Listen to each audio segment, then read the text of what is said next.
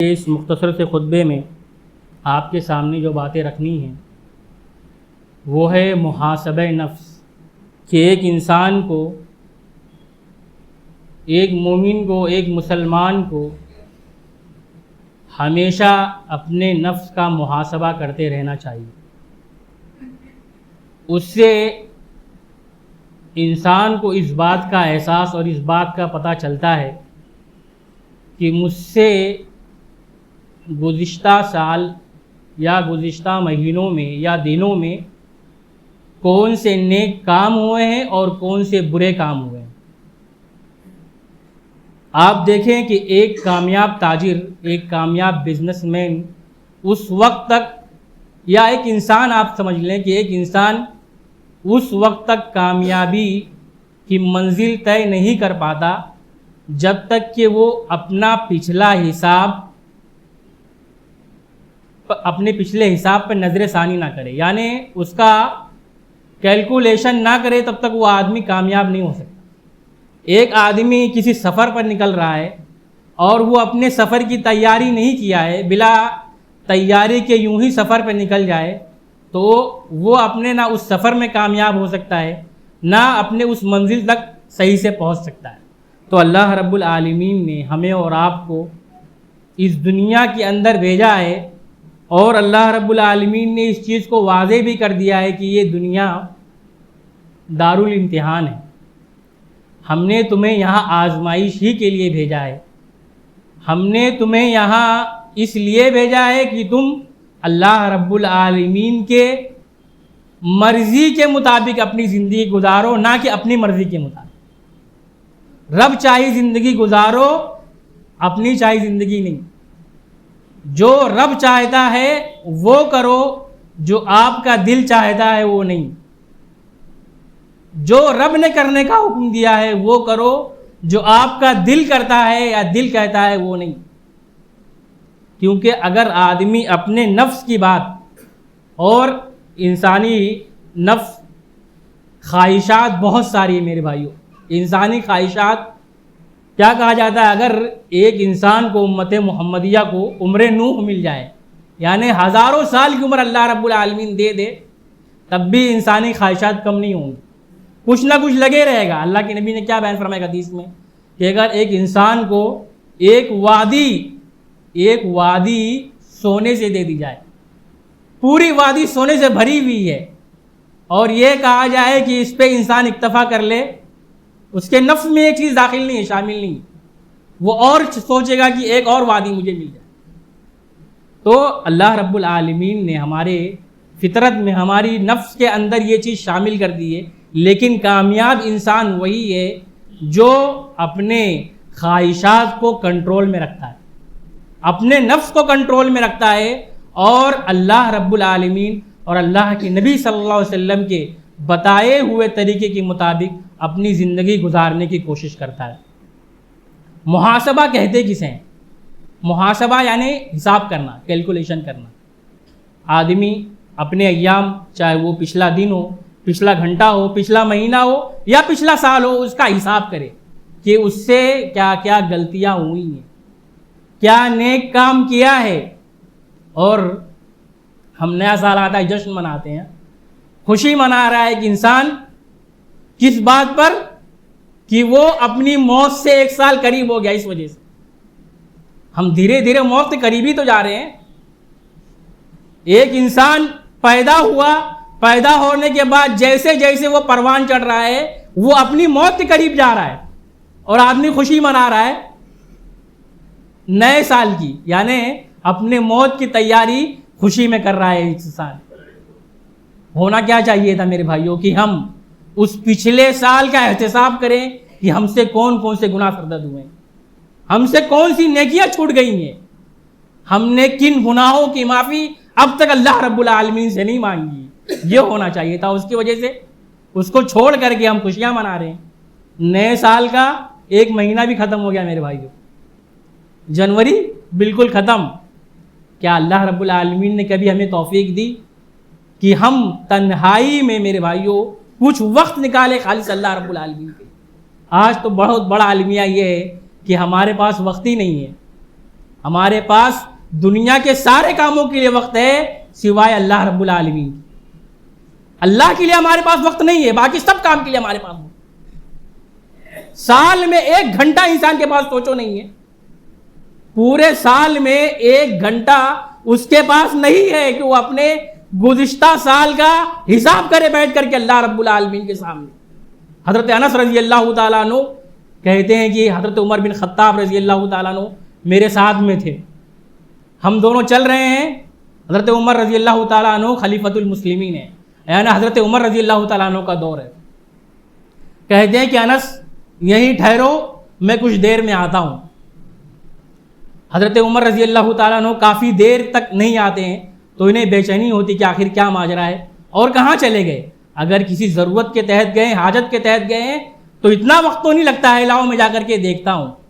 جا کر کے کیا دیکھتے ہیں کہ حضرت عمر رضی اللہ تعالیٰ عنہ ایک دیوار کے پیچھے اپنی زبان کو پکڑ کر کے اسے ملامت کر رہے ہیں, اپنی زبان کا محاسبہ کر رہے ہیں, اپنے آپ کو کوس رہے ہیں کہ اے عمر تو یہ کبھی مت بھولنا کہ تو خطاب کا بیٹا ہے, لوگوں نے تجھے امیر المسلمین بنایا ہے, لوگوں نے تجھے خلیفۃ المسلمین بنایا ہے, لیکن تو اس بات کو کبھی مت بھولنا کہ تو صرف اور صرف خطاب کا بیٹا ہے بس.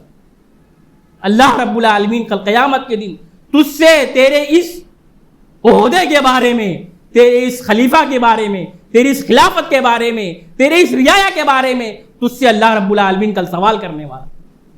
اس قدر فکر مند تھے میرے بھائیوں صحابہ, اور ہمیں کوئی فکر نہیں ہے, ہمیں ذرا برابر احساس نہیں ہے کہ ہم اپنی گزشتہ زندگی پر, گزرے ہوئے ایام پر کبھی تھوڑا سا وقت نکال کر کے سوچیں. اللہ رب العالمین نے انسان کے اندر 3 قسم کی نفس بنائی. ایک ہے نفس امارہ. نفس امارہ کا کام صرف اور صرف یہ ہے کہ وہ انسان کو ہمیشہ برائی پر ابھارتا ہے. اللہ رب العالمین نے کیا بیان فرمایا, وما ابرئ نفسی ان النفس لامارۃ بالسوء. اس کا کام ہی صرف برائی پر ابھارنا ہے. دوسری قسم نفس لوامہ. ہر انسان کے اندر یہ تینوں نفس ہوتے ہیں. نفس لوامہ کیا کرتا ہے, جب انسان کسی برائی کا ارادہ کرتا ہے تو یہ اس کو ٹوکتا ہے اور روکتا ہے, اس کو ملامت کرتا ہے کہ تو یہ کام مت کر, یہ کام غلط ہے, یہ کام جو تو کرنے جا رہا ہے گناہ کا کام ہے. اس سے اللہ رب العالمین نے, اللہ کے نبی صلی اللہ علیہ وسلم نے روکا. اگر ایک انسان نفس لوامہ کی بات مانتا ہے تو وہ اوپر نہیں نیچے نفس مطمئنہ پہ پہنچ جاتا ہے, اور اگر وہ اس کی بات نہیں مانتا ہے تو وہ نفس لوامہ سے نفس امارہ پہ پہنچ جاتا ہے. تینوں یعنی 2 نفسوں کے بیچ میں, نفس مطمئنہ اور نفس امارہ کے بیچ میں اللہ رب العالمین نے نفس لوامہ کو رکھا ہے.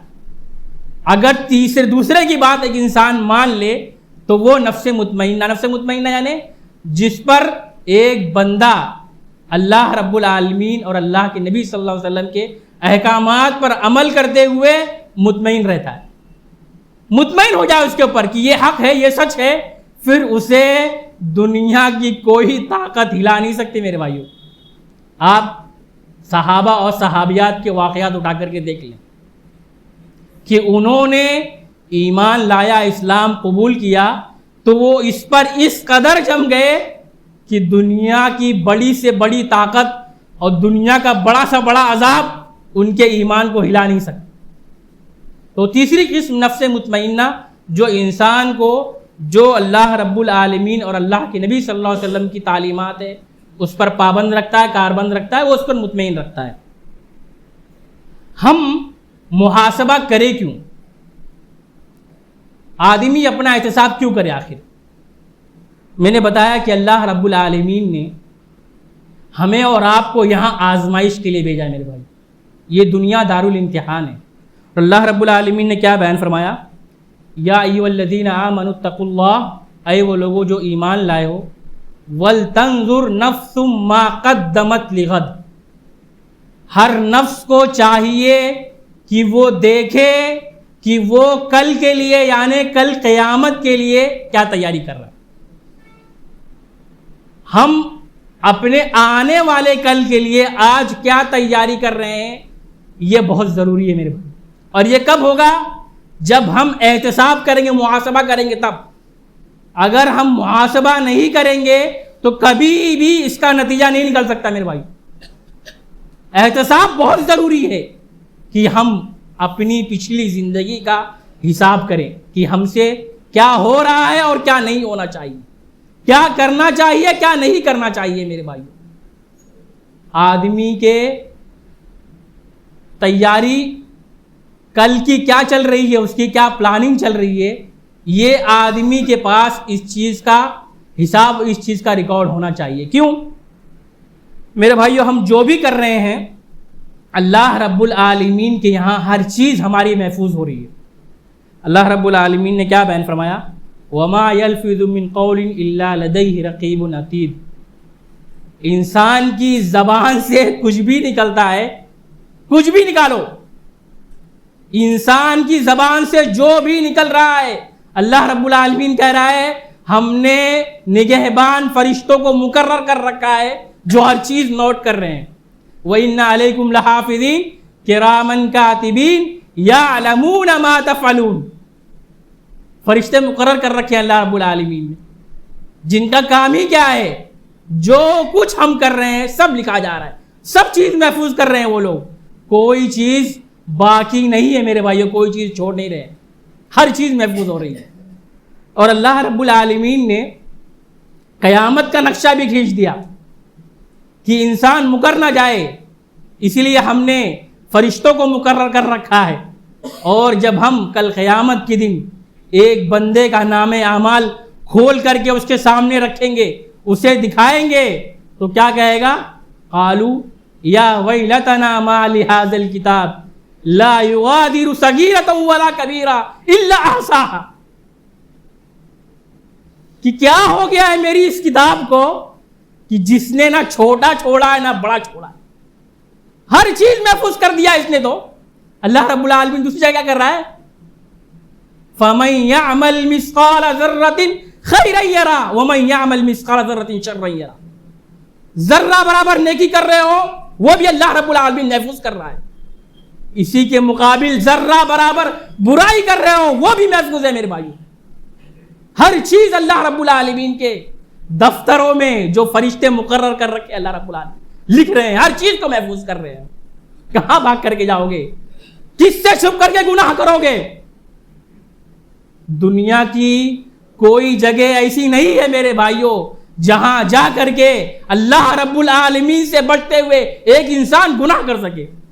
اور اللہ رب العالمین نے اپنے علم کے تعلق سے کیا کہا, جس میں اللہ رب العالمین نے کہا وَلْتَنْظُرْ نَفْسٌ مَا قَدَّمَتْ لِغَدٍ وَاتَّقُوا اللَّهَ إِنَّ اللَّهَ خَبِيرٌ بِمَا تَعْمَلُونَ. اللہ رب العالمین ان تمام کاموں سے باخبر ہے جو کچھ تم کر رہے ہو, سب اللہ رب العالمین کو پتا ہے. ایک دوسری آیت میں اللہ نے کیا کہا؟ ان اللہ لا یخفی علیہ شیء فی الارض ولا فی السماء. کہ اللہ رب العالمین سے اس آسمان و زمین میں ایسی کوئی جگہ نہیں ہے جس کا علم اللہ رب العالمین کو نہ ہو. کہاں جاؤ گے گناہ کرنے بتاؤ؟ کوئی جگہ نہ آسمان میں نہ زمین کے اندر میرے بھائیوں موجود نہیں ہے کہ جائے آدمی جہاں جا کر کے گناہ کر سکے. دوسری آیت دیکھو اللہ رب العالمین کیا کہہ رہا ہے, میرا علم تمہیں جاننا ہے انسانوں تو سنو وما تسقط من ورقة الا يعلمها.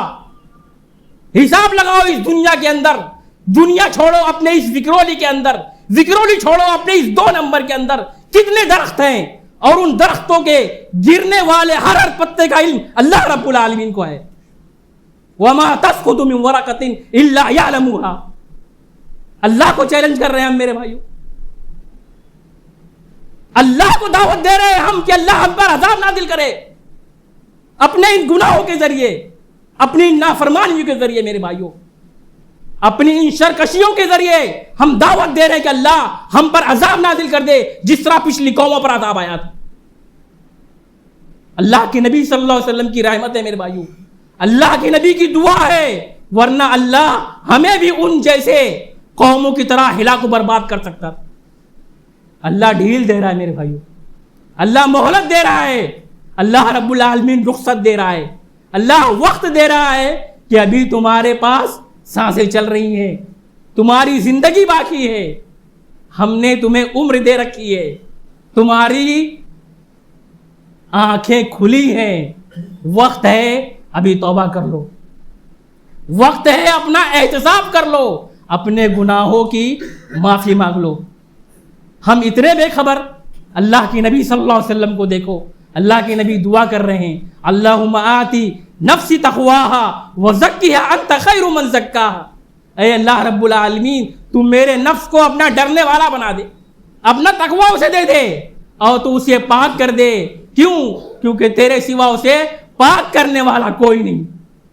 اللہ کے نبی کا حال یہ ہے کہ اللہ کے نبی صلی اللہ علیہ وسلم اس نفس کے تعلق سے اتنے فکر مند ہے کہ دعا کر رہے ہیں۔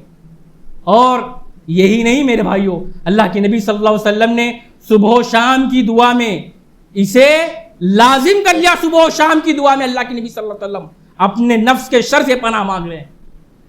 آپ صبح و شام کی دعا کا اہتمام کریں، جس میں اللہ رب العالمین نے کیا بیان فرمایا، یا حی یا قیوم برحمتک استغیث اصلح لی شانی کلی ولا تکلنی الی نفسی طرفت عین، اے اللہ تو میرے نفس کو پلک جھپکنے کے برابر میرے حوالے مت کرنا، میں اسے اپنے کنٹرول میں نہیں سکتا، اللہ رب العالمین تو ہی اسے اپنے پاس رکھ، جو میرے لیے خیر ہو اللہ مجھے اس کی توفیق دے، جو شر ہے اللہ تم مجھے اس سے محفوظ رکھ۔ دوسری دعا جس میں اللہ کے نبی صلی اللہ علیہ وسلم اللہم عالم الغیب فاطر السماوات والارض، اس میں آگے چل کر کے اللہ نے نبی صلی اللہ علیہ وسلم نے فرمایا اللہم انی اعوذ بک من شر نفسی، اے اللہ میں اپنے اس نفس کے شر سے تیری پناہ چاہتا ہوں۔ تو ہمارے نبی کا یہ حال ہے میرے بھائیوں کہ وہ دعائیں کر رہے ہیں، اور ہمیں اتنی فکر نہیں کہ ہم سال میں کم سے کم ایک مرتبہ اپنے نفس کا محاسبہ کریں۔ صحابہ کو دیکھیں، حضرت حنظلہ رضی اللہ تعالیٰ عنہ، یہ حنظلہ غسیل الملائکہ نہیں، ایک دوسرے حنظلہ اسیدی رضی اللہ تعالیٰ عنہ، یہ اپنے گھر سے نکلتے ہیں یہ کہتے ہوئے کہ حنظلہ منافق ہو گیا۔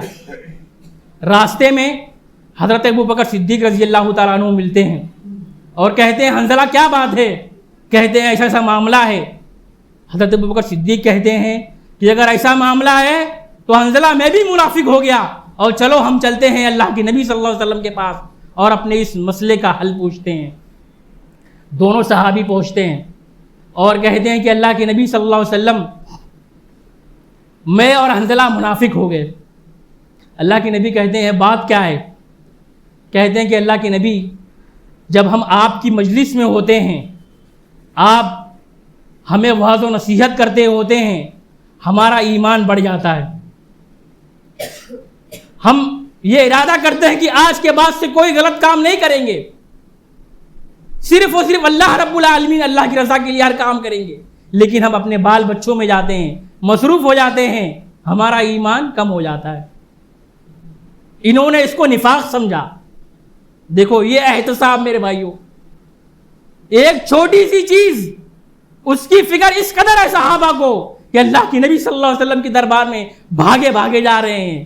اللہ کے نبی صلی اللہ علیہ وسلم کہتے ہیں کہ یہ نفاق نہیں ہے حنظلہ، یہ نفاق نہیں ہے، اگر تم پہلی والی حالت پر ہمیشہ باقی رہو، یعنی ہمیشہ اللہ رب العالمین سے ڈرنے والے رہو، تو فرشتے آ کر کے تمہارے بستروں پر تم سے سلام کرے اور تمہارے راستوں پر تم سے سلام کرے۔ لیکن اس کیفیت میں ایک انسان کا رہنا ممکن نہیں ہے میرے بھائی، اور شیطان تو ہمارے پیچھے لگا ہوا ہے نا، شیطان تو ہمارا اصلی دشمن ہے میرے بھائی، وہ تو کوشش ہی یہی کرتا ہے کہ جتنا زیادہ گناہ ایک انسان سے کروا سکوں میں کروا لوں، وہ تو اسی پیچھے لگا ہوا ہے۔ اس نے اللہ رب العالمین سے عہد و پیمان کیا ہے، ایک عہد اس نے کیا ہے اور ایک عہد ہم نے اور آپ نے بھی کیا ہے۔ اس نے کہا کہ اے اللہ میں تیرے بندوں کو گمراہ کروں گا. اور ہم نے کہا تھا کہ اللہ رب العالمین ہم اس بات کا اقرار کرتے ہیں کہ تو ہی ہمارا رب ہے, ہم صرف اور صرف تیری عبادت کریں گے. ہم کتنے سچے ہیں اور وہ کتنا سچا ہے, ہم اس کا محاسبہ کر لیں میرے بھائی. ہم کامیاب ہیں کہ شیطان کامیاب ہے؟ تو صحابہ اس قدر فکر مند تھے میرے بھائیوں. حضرت عمر رضی اللہ تعالیٰ عنہ کہا کرتے تھے حاسبوا قبل ان تحاسبوا, اپنا احتساب کرتے رہو, اپنے اعمال کا محاسبہ کرتے رہو اس سے پہلے کہ تمہارا محاسبہ کیا جائے, اس سے پہلے کہ ہمارا محاسبہ ہو. کل قیامت کے دن اللہ رب العالمین ہمارے اعمال کو تولے, ہمارے نام اعمال وزن کیے جائیں, اس سے پہلے یعنی وفات سے پہلے ہمیں اپنا احتساب کرنا چاہیے میرے بھائی. ہمیں اپنے نفس کا محاسبہ کرتے رہنا چاہیے. اور بے شمار واقعات میرے بھائیوں مل جائیں گے کہ صحابہ اس چیز کو لے کر کے کس طرح سے فکر مند تھے. احتساب یہ ہے میرے بھائیوں کہ آدمی آنے والے کل کی پلاننگ کرے. عقل مند انسان آنے والے کل کی تیاری کرتا ہے. کیا ہم اس تعلق سے فکر مند ہیں؟ حالات اور وقت کا تقاضا ہے میرے بھائیوں کہ ہم آنے والے کل کی تیاری کریں, اپنا محاسبہ کریں میرے بھائیوں. اللہ کے نبی صلی اللہ علیہ وسلم کو دیکھو, اللہ کے نبی صلی اللہ علیہ وسلم کی سیرت پڑھو میرے بھائیوں. بہت ساری چیزیں, ذخائر میرے بھائیوں, خزانہ موجود ہے خود اللہ کے نبی صلی اللہ علیہ وسلم کی زندگی میں. کس طرح سے عملی نمونہ اللہ کے نبی نے خود پیش کر کے دکھایا ہے. اللہ کے نبی صلی اللہ علیہ وسلم پلاننگ کر رہے ہیں, ہجرت مدینہ کا واقعہ آپ اٹھا کر کے دیکھیں کہ حضرت ابوبکر صدیق رضی اللہ تعالیٰ عنہ نے کس طرح سے پلاننگ کی ہے, کس طرح سے پورے معاملات کو ترتیب دیا ہے. کب ہمیں نکلنا ہے, کہاں رکنا ہے, کتنے دن ٹھہرنا ہے, کون آئے گا لینے, کس راستے سے لے جائے گا اور کیسے ہمیں مدینہ تک پہنچائے گا. کیا ہے میرے بھائیو؟ پلاننگ نہیں ہے. آنے والے کل کی تیاری ہے کہ نہیں ہے؟ اللہ کے نبی صلی اللہ علیہ وسلم جنگ کے میدان میں ہیں, صحابہ کو بلاتے ہیں, کہتے ہیں مجھے مشورہ دو, کیا کیا جائے, کس طرح سے جنگ لڑی جائے, اس کے تعلق سے مجھے بتلاؤ. تو اللہ کے نبی صلی اللہ علیہ وسلم میرے بھائیوں اور صحابہ کی زندگی میں بے شمار چیزیں ہمیں دیکھنے کو ملیں گی. احتساب کا فائدہ کیا ہوتا ہے میرے بھائیوں؟ احتساب کا فائدہ, محاسبہ کرنے کا فائدہ یہ ہوتا ہے کہ آدمی کو اپنے اندر چھپے عیبوں کی خبر لگتی ہے کہ میرے اندر کون کون سے عیب موجود ہیں. اس طرح سے دوسروں کے عیبوں سے محفوظ ہو جاتا ہے. ایک دوسرا فائدہ یہ ہے کہ آدمی اپنے گناہوں سے باخبر ہو جاتا ہے کہ یہ مجھ سے گناہ ہوئے ہیں. آدمی کو پتہ چلتا ہے کہ مجھ سے یہ گناہ ہو رہے ہیں, اور پھر ان گناہوں پر وہ نادم و شرمندہ ہوتا ہے, اور پھر اللہ رب العالمین کے بارگاہ میں حاضر ہو کر کے دعا کرتا ہے. اللہ رب العالمین نے جس آیت میں بیان فرمایا یا الذین آمنوا قوا انفسکم, میرے بھائیوں کہا ہے اللہ رب العالمین نے پہلے اپنی فکر کرو. قوا انفسکم, اپنی فکر ہونی چاہیے. حدیث میں اللہ کے نبی نے کیا فرمایا, ورجل ذکر اللہ خالیا ففاضت عیناہ, ایک وہ شخص اللہ رب العالمین کے عرش کے سائے میں جن 7 خوش نصیبوں کو جگہ ملے گی ان میں سے ایک وہ ہوگا جو اللہ رب العالمین کے ڈر سے اپنا محاسبہ کرے, اپنے گناہوں پر روئے, اللہ کے سامنے اپنے ہاتھوں کو پھیلائے اور اپنی اس غلطی کا اسے احساس ہو, اپنے اس گناہ کا اسے احساس ہو, اور اس گناہ کی اللہ رب العالمین سے معافی مانگے میرے بھائیوں. تیسرا فائدہ یہ ہے کہ انسان گناہوں سے بچتے ہوئے اللہ اور اس کے رسول کی تعلیمات کی طرف عمل کرنے کی کوشش کرتا ہے, اللہ اور اس کے رسول کے بتائے ہوئے طریقے کے مطابق زندگی گزارنے کی کوشش کرتا ہے. تو یہ چند باتیں تھیں میرے بھائیوں محاسبہ نفس کے تعلق سے. ضرورت اس بات کی کہ اللہ رب العالمین ہمیں اور آپ کو اپنے نفس کا محاسبہ کرنے کی توفیق عطا فرمائے. اللہ رب العالمین ہمارے دلوں میں اپنا تقوی پیدا فرما دے. اللہ رب العالمین جب تک ہمیں دنیا میں رکھے, ایمان اسلام پر رکھے, جب بھی ہمارا خاتمہ کرے توحید پہ کرے. آمین. وآخر دعوانا ان الحمد للہ رب العالمین.